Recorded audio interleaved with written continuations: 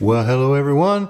You've heard the expression, the road goes on forever and the party never ends. Well, welcome to real property ownership. Now, whether you own a rental or you own a house, it just takes maintenance, just kind of like your body does. You got to maintain it or else it'll go to pot. So here's the thing. We're doing a little bit of this video on insulation. You think, well, what do I need to know about that? I'm an old pro. I might show you something you haven't seen before, as ridiculous as it may seem.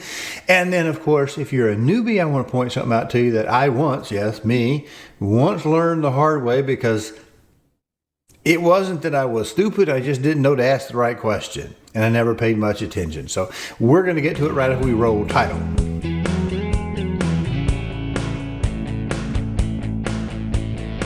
Well, what do you say we talk about the first thing, which was the simple little thing I just never thought about. I made a mistake one time. I had put in some windows and I was going around them, and we had air gap leaking, and so I wanted to fill it with some of the spray foams that we see, and I went ahead and sprayed it with some stuff. Well, we'll get into some of that just after this, but I want to show you something. Look at this.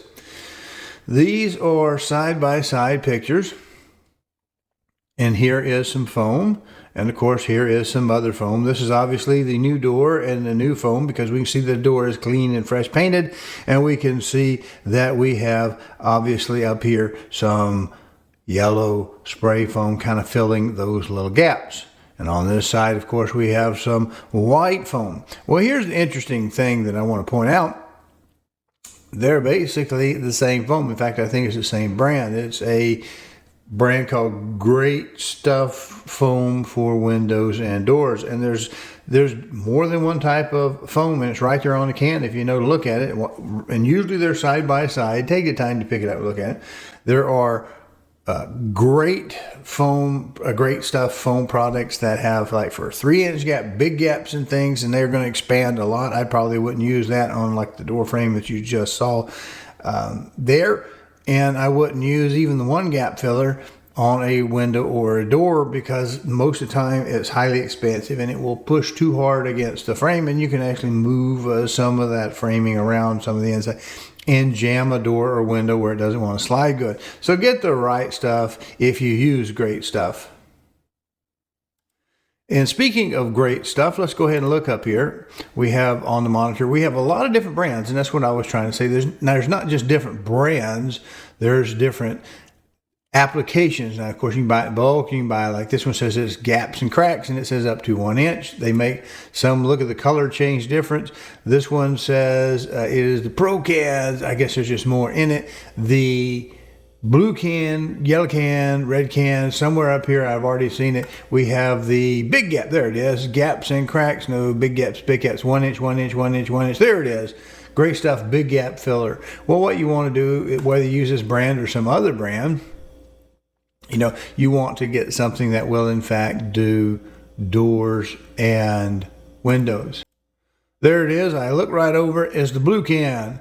It is window and door foam. So yeah, you just want to, it's a 2-second mistake at the store buying the wrong can of foam if you're going to fill a gap. Now, I will point out that the reason that one was white on the old picture versus the new picture, simply because it's 20 years old, give or take, or whatever. And that foam, even though it's indoors and there's no windows and there's no way for light to get to it, you see it lost its coloring. It's obviously not 100% UV stable after 20 years. Why can't we have good stuff if stuff only lasts 20 years? I did have to dig it out, but it is what it is. Anyway, let's get on with the show. Well, that's the first part. Now, before we go into more of the advanced tip that I'm going to show you in just a second, I need to babble on almost incoherently long enough for you to get the history of this. It's a well house. It doesn't really need to be too fancy. It doesn't have to be perfectly sealed or anything, as long as we keep that water from freezing. That's the big deal. Well, in the past, I just had on top of those homemade trusses, or just 2x4, I had that piece of wood, and in the summer when it would get hot, I'd take a broom or a rake or something and push up to lift up that piece of wood and push it toward the back, opening up a gap about that far for the width of the hatch opening. And that would allow for some form of ventilation because that thing was leaky around the door and you know, maybe other places. So it allowed air to ventilate the well house. And in the summer, if anything leaks or whatever, rain gets underneath the door, it would let it dry out. It also would let rodents in. And I didn't really know exactly where the rodents were coming for a while. I thought they could crawl up the top, obviously, and they can go through that humongous hole at the bottom of the door that had gotten enough water damage they could get past that, because they only need like a quarter of an inch for a mouse to get in. I found where they were coming up a pipe, but that's a different story for a different time. So now that I'm putting in a vent system, and I'm very cautious that I don't want it to be a chimney effect and have a draft through the building, I got to thinking, I don't have but R13 insulation upstairs, because what? The homemade trusses, a 12-12 pitch roof truss, was done with the intention of having a light roof. You know, it doesn't really need a whole lot. So we got R13 in the ceiling. And if I put anything bigger than R13, it would be more than 3.5 inches of insulation. And then I couldn't do the push the little wood thing back. But now I'm thinking, because I'm actually focused on it, I don't want my room to get too cold if I put a 4-inch round hole in the wall. You know, that might let more air in, especially if I put it at the bottom and put it at the top, you know, to get that natural convection, take any kind of moisture out.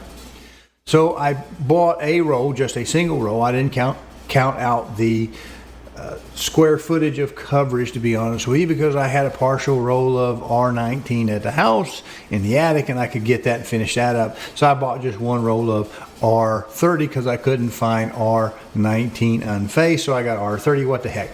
So I've laid it out in the roof, but it's awfully thick. You know, R30 is awfully thick, so we're adding on top of R13, we're going to add R30 on top of that. That ought to be plenty good insulation. The problem is with that 12-12 pitch, let me see if I can do this. All right, it's really tall. And if I go down to that, hey, appreciate you watching. Do me a favor, if you will, subscribe to the channel, either the YouTube or the Rumble channel, which this appears in. And if you can, check the notification bell or settings to make sure that you get notified when new videos are posted. Appreciate it. Right, it's really tall. And if I go down to that corner down here, what do we got going on? We might block off our limited amount of ventilation that we provide to keep that attic space cool. I don't want to cook my shingles. They just were re-roofed not long ago. So how do we handle that? Well, let me show you what I did with that big old thick R30 insulation in the upstairs portion that I'm going to lay it across those trusses. This is a video clip. Let's roll it. Now, I in no way suggest you do this, but I wanted to cut the corner so that I could get it all the way to the wall and still not block the roof. And as you can see, we got a 45-degree to 12-12 roof. You need to cut some edge off. How did I do it? But now I'm not telling you to do this. Well, I'm not advocating you do that. What I'm really interested in is crowdsourcing information. How do I cut that at an angle like that? Because normally what people would do is they would use these baffles, these little styrofoam baffles. Now, personally, I've never done this. I've never thought to do this. This is the best way to do it. And if I had this image in my head in all the years when I've been doing these baffles, I would have done this way. Normally what I've done is I just take this, just leave it flat and take it down below the backside so that it goes more toward the soffit, and that works it. But anyway, yes, these are baffles. You can buy them. And we normally would put something like this in there to keep the insulation from, of course, going down into our soffit and cutting off our air supply. Because remember, we want a good opening on both sides, the top and the bottom. That's how we get that convection. So how do we hold it back? We could probably just take some more of this and staple in that little baby hole, but I didn't have any of those. So what I did is I just cut it on an angle because I do want that insulation going over full toward the wall. Other means would be to lay it the other way. If we're looking at the roof like this, we know that our rafters are perpendicular to where we're looking at. So normally if you have insulation in those spaces between the cords or ceiling joists, if we have the insulation there, we would normally run the other insulation lengthways so it crosses it by 90 degrees. And we could do that. But what happens with that R30, it's so tall, we would have something like this in the viewpoint. Let me pull it back up, where you have a huge flat spot that behind that, there's no insulation. And so you end up with a very poor insulated space right over that wall, maybe inside of the space by 6 inches or so. So I didn't want to do that. So my next clip that I have is to adjust the tremendous amount of heat loss I have been traditionally losing through that little piece of 3/4 inch plywood or whatever it is that I use to cover that hatch hole with. So how can I do that now that I can no longer need the board to slide open seasonally to kind of let the air go through and then close up in the wintertime just for the heat retention? How do I handle it? Because with that 30 insulation, I obviously can't slide it anymore. Why don't I go ahead and insulate that hatch, that little board? And this is my next product. I do have a little of this. This is an iso foam. It's 1.5 inches thick. I used it initially down at the road when I took out all the mice-laden fiberglass. Put some in there the little buggers can't eat through or wouldn't eat very long. So it has an R9.5 value in 1.5 inches, and it works better than some of the styrofoams, which also gets us into a different product we'll talk about momentarily. But anyway, I took that board and then I cut two pieces of this iso board that I had left over. And that should give us what, 19 inches R19 over that hole. So I got R13 in most places with either R19 or R30 in the attic, plus now we have the hole covered up.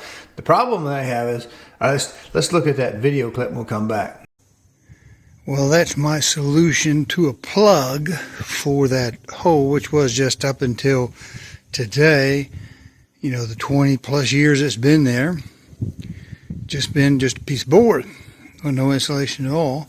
And we had R13 in the roof section. Now we've added in what I show you. That was R30 for that full row, and I used a little bit of R19 to kind of finish up the rest of it. Prop up all the little holes we could, still letting air get up underneath the roof.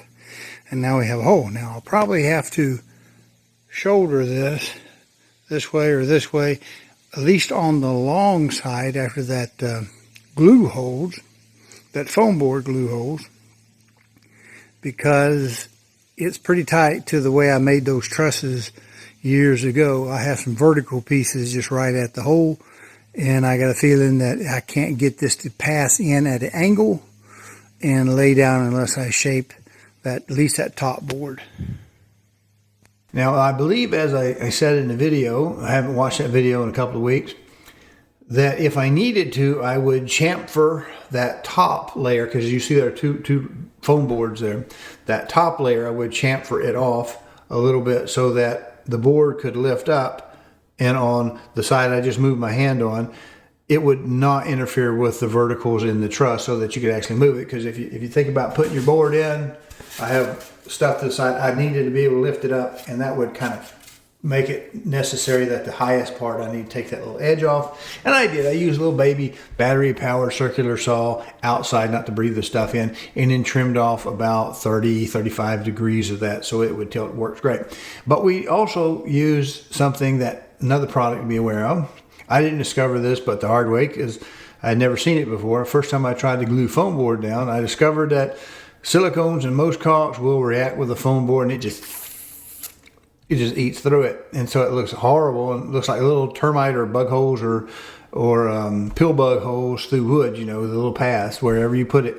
So you have to use a correct type of material, and so you want to make sure you get something like this product right here. Foam board right there, says foam board on it. It doesn't have to necessarily say foam board on the big part of the label. I've seen some, what I used was something else that, quite honestly, you had to read the label to see it say it's safe for use with foam boards. Either way, as long as it says somewhere on the label that you can use it for foam board, you want to get something like that, not just any general caulk, not even latex caulk. Some latex caulks are not safe for foam board. So don't just assume because it's not a silicone that it's going to be acceptable to do your board. Now, like I say, that piece of iso board, 9.5R, for the 1.5 inch, and we got 2 layers of it, as you saw in that video. So that should take the heat loss from going through the roof, just like inflation's going through the roof. Well, that's pretty well much it for this show. I want to keep it short. I hope there was something for you. I mean, I don't know what you know, what you don't know. You might be a beginner, and I certainly don't mind, trying to save you some embarrassment from time to time, because we all do that. We only know what we know. We don't know what we don't know, and a lot of times we don't know that we don't know. So by watching, we help and encourage others to be more of your own maintenance person. Do it pretty well, and then do it with pride. We'll see you at next. Oh, by the way, forgot to almost say, do the subscribe thing if you will, please, because it does help me. And if you want to share some of these videos out, that would be fine with me as well. Thank you. Have a great day. Bye.